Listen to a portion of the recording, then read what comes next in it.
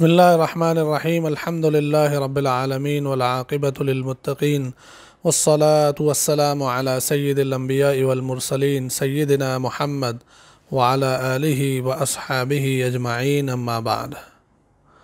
محترم ناظرین و سامعین، السلام علیکم ورحمۃ اللہ وبرکاتہ۔ ناظرین، حسد اور جیلسی ایک ایسی چیز ہے جو آدمی کو اکثر اندھا کر دیتی ہے۔ کسی کی کامیابی جب اس سے دیکھی نہیں جاتی تو وہ باولا ہو جاتا ہے اور آدمی اپنے ہی خلاف ہو جاتا ہے۔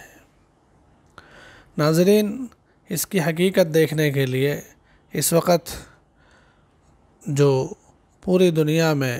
مسئلہ کھڑا ہوا ہے، فرانس میں اللہ کے نبی علیہ السلام کی ساتھ گستاخی کا معاملہ کیا گیا ہے۔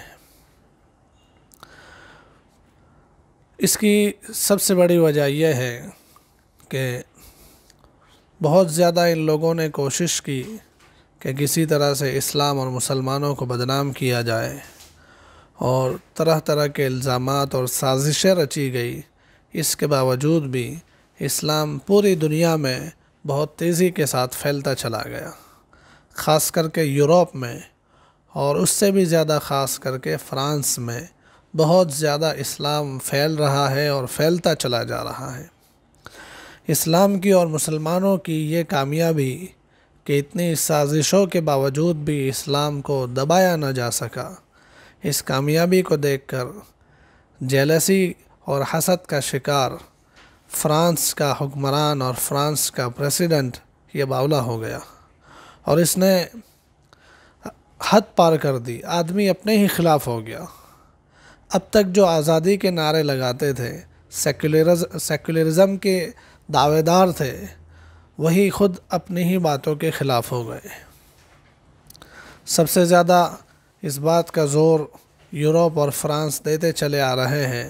کہ ہر انسان کو اپنی زندگی کے اندر آزادی ہونی چاہیے، اپنے فیصلوں میں، اپنی سوچ میں، اپنے بولنے اور اپنے کردار میں، اپنی حرکتوں میں، ہر چیز میں آزادی ہونی چاہیے۔ اس کا سب سے زیادہ نعرہ فرانس نے لگایا ہے، یورپ نے لگایا ہے،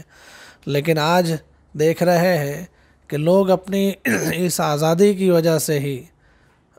انہیں سمجھ میں آ رہا ہے کہ اسلام ایک ایسا مذہب ہے جس کے اندر سچائی اور حقیقت کوٹ کوٹ کر بھری ہوئی ہے۔ بہت زیادہ سازشوں کے باوجود بھی لوگ مسلمان ہوتے چلے جا رہے ہیں، تو یہ لوگوں کا اپنا آزادانہ فیصلہ ہے۔ اس آزادانہ فیصلے کے باوجود بھی اسلام پر اور مسلمانوں پر جب کچھ بھی نہیں کیا جا سکا تو انہوں نے حضور نبی کریم صلی اللہ علیہ وآلہ وسلم کی شان میں گستاخی کی، اور گستاخی اس طرح سے کی کہ انہوں نے حضور نبی کریم صلی اللہ علیہ وآلہ وسلم کے شان میں بالکل بیہودہ قسم کے کارٹونز بنا کر بلڈنگوں پر اور بڑے بڑے ہورڈنگ بورڈز پر لگائے گئے۔ ناظرین، یہ واقعہ اور یہ گستاخی کا عمل یہ ہمیں ان لوگوں کی ذہنیت بتلا رہا ہے۔ جب آدمی کسی چیز میں کچھ نہیں کر پاتا تو اس طرح کی نیچلی اور کمینگی والی حرکتوں پر اتر آتا ہے۔ اس کا یہ واقعہ پوری طرح سے شہادت دیتا ہے۔ ناظرین، یہ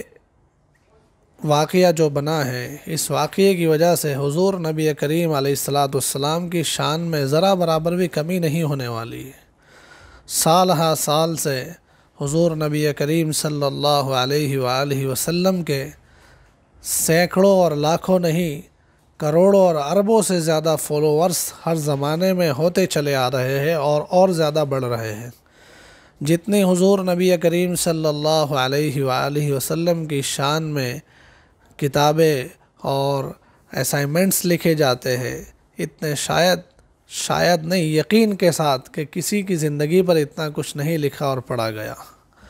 اور جتنا حضور علیہ السلام کے ساتھ محبت اور اٹیچمنٹ مسلمانوں کا اور غیر مسلموں کا ہے، اتنا آج تک کسی ہستی کے بارے میں اور کسی بھی بڑے آدمی کے بارے میں لوگوں کا اٹیچمنٹ اور لوگوں کی محبت اتنی نہیں رہی۔ حضور نبی کریم علیہ الصلوۃ والسلام کی محبت میں اور آپ کی شان کی خاطر لاکھوں لوگوں نے اپنی جانیں دی ہے اور اب بھی دینے کے لیے تیار ہیں۔ تو اتنی بڑی کامیابی حضور علیہ الصلوۃ والسلام کی اور آپ کے ماننے والوں کی، یہ ان لوگوں سے برداشت نہ ہوئی اور وہ گستاخی کا یہ عمل کر بیٹھے۔ ناظرین، اب ہمیں یہ دیکھنا ہے کہ ہمیں اس سلسلے میں کیا کرنا ہے۔ کیا اب بھی ہم اپنی اسی روش پر باقی رہیں گے، اپنی اسی روٹین والی زندگی پر جیتے رہیں گے جیسا اب تک جی رہے تھے؟ ہماری کسی چیز میں ذرہ برابر بھی فرق نہیں آئے گا۔ ناظرین، سوچنے والی بات ہے، کل قیامت کے دن اللہ جل جلالہ عم نوالہ نے ہمیں پوچھ لیا کہ میرے محبوب کی شان میں گستاخی کی باتیں دنیا میں ہو رہی تھی اور تم نے اس وقت کیا کیا، تو ہمارے پاس کیا جواب ہوگا؟ حضور نبی کریم صلی اللہ علیہ وآلہ وسلم نے ہم سے سوال کر لیا کہ میرے امتیوں، تمہارے لیے جو میں رویا تھا، تمہارے لیے میں نے سارے قربانیاں دی تھیں، اور جب میری شان میں گستاخی کے معاملے ہو رہے تھے اس وقت تم نے کیا کیا؟ کیا تم نے اپنی روٹین والی زندگی ذرا بھی بدلی؟ کیا تم نے اپنے ذرا سا بھی کوئی اس سلسلے میں اظہار یا رد عمل تم نے کچھ کیا؟ ناظرین، یہ بڑی سوچنے والی بات ہے۔ صحابہ کرام رضی اللہ عنہم اجمعین حضور نبی کریم صلی اللہ علیہ وآلہ وسلم کی شان میں ادنا گستاخی برداشت نہیں کرتے تھے، اور ذرا سی بات پر صحابہ حضور کی شان میں اگر کوئی گستاخی کی بات ہوتی تھی تو صحابہ کے عالم ہوتا تھا کہ اپنی جانیں پیش کرنے کے لیے تیار ہو جاتے تھے، لیکن حضور کی گستاخی بالکل برداشت نہیں ہوتی تھی۔ ناظرین، اس وقت ہم لوگ یہاں بیٹھے اپنے ملک میں، اپنے دیش میں، ہم کیا کر سکتے ہیں؟ دیکھیے ناظرین، اس سلسلے میں جو سب سے بڑی بات اگر ہم کر سکتے ہیں تو ہم فرانس کی پروڈکٹس کا بائیکاٹ کر سکتے ہیں، اور یہ ایک ایسی چیز ہے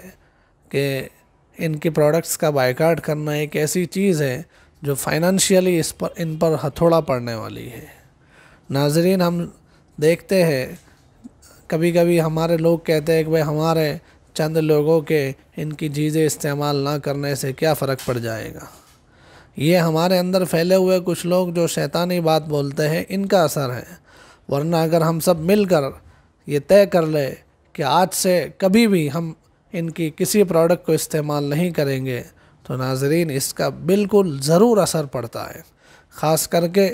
یہ لوگ جو دولت کے پجاری ہے اور اپنے ڈالر اور اپنے یورو کے پیچھے پاگل ہے، ان لوگوں کو جب لاکھوں اور کروڑوں ڈالر اور کروڑوں یورو کا جب نقصان ہوتا نظر آتا ہے تو یہ لوگ جھکنے اور مجبور ہونے پر تیار ہو جاتے ہیں۔ کچھ ہی مہینوں پہلے کے واقعات ہمارے سامنے ہیں کہ مشہور ویڈیو گیم پب جی، اس نے اپنے گیم کے اندر نئے ورژن کے اندر بت کی پوجا اور شکتی حاصل کرنے کے لیے کسی دیوی کی پوجا کا ایک سیٹ اپ رکھا ہوا تھا کہ اگر تمہیں شکتی حاصل کرنی ہے، طاقت حاصل کرنی ہے تو اس مورتی کے سامنے جھکنا ہوگا۔ جب اس کی پوری دنیا کے مسلمانوں نے اس کے خلاف مسلمانوں نے آواز اٹھائی اور مسلمانوں نے پب جی کو اوائڈ کرنا شروع کر دیا تو پھر مجبور ہوئے اور چند ہی دنوں میں انہوں نے نیا ورژن ایک اور دیا جس میں سے اس بات کو ہٹا دیا۔ تو اس لیے ناظرین، ہمارے اس سوشل بائیکاٹ میں اور ان کی پروڈکٹس کے بائیکاٹ میں بڑا اثر ہے، بڑی جان ہے۔ خاص کر کے جو دولت کے پجاری ملک ہیں، دولت کی پجاری کمپنیاں ہیں، ان لوگوں کے لیے یہ بہت بڑا ہتھوڑا ثابت ہوگا۔ اس لیے ہم لوگوں کو آج سے اس بات کا پکا ارادہ کر لینا ہے کہ ساری ان کی فرانس کی جو پروڈکٹس ہے اس کا بائیکاٹ کیا جائے۔ اس فرانس کی جو کمپنیاں ہیں اس کا ایک لسٹ جو ہے اس ویڈیو کے اخیر میں یہ بھی چلایا جائے گا، اس کے ذریعے سے آپ معلوم کر سکتے ہیں کہ یہ سب فرانس کی پروڈکٹس ہے اور ان کمپنیوں کی چیزیں ہمیں نہیں لینی ہے۔ خاص کر کے کچھ چیزیں کاسمیٹکس کے تعلق سے فرانس کی ہمارے ملک میں بہت چلتی ہے، ان چیزوں کا بہت زیادہ خیال کر کے ان کو بالکل چھوڑ دینا ہے۔ ناظرین، اس میں تھوڑا بہت نقصان ہو جائے تو اس کو برداشت کر لینا ہے۔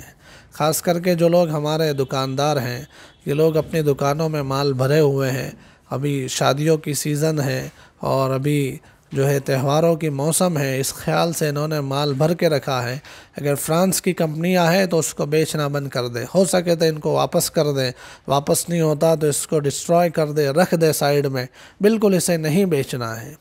تھوڑا نقصان ہو جائے برداشت کر لینا، کل قیامت کے دن حضور نبی کریم صلی اللہ علیہ وآلہ وسلم جب پوچھیں گے کہ میری شان میں گستاخی ہو رہی تھی اس وقت تم نے کیا کیا، تو یہ چیز پیش کرنے کے قابل بنے گی۔ تو اس لیے ناظرین،